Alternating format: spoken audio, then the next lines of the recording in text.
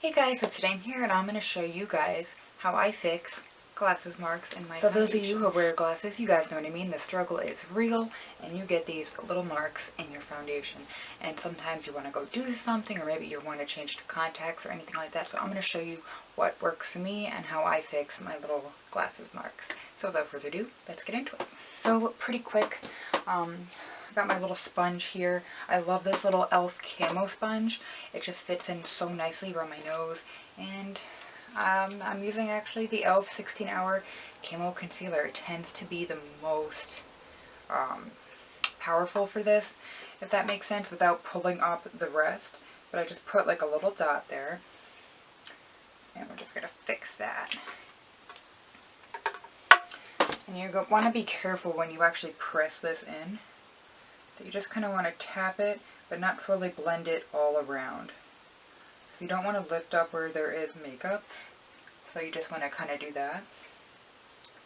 And you don't want to pick up any makeup that is there. And the cool part about this too, sometimes if you get a little dark on your inner corner there in your eye or something, because it could be later on in the day, you can kind of just touch that up as well. And it kind of re-brightens everything. And then I like to set it with a little bit of the Fenty Beauty Powder. You don't need much. I normally like to take this brush here. It's so perfect for it. I can't really see this anymore. Deluxe Crease Brush by Real Techniques. And I take this the littlest bit. And I literally am going to place this right where this is. And I'm just going to actually put it where it is. I'm going to make sure to stiffle it on. Don't want to use too much.